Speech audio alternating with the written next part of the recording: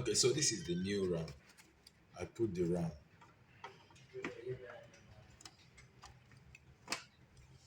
Okay, and I power it. So 1, 2, 3. Okay, this is a sign of RAM issue. 1, 2, 3. Okay, it's a sign of RAM, so I'll turn it off. Now let me put back a RAM that is there. So I put back this RAM here.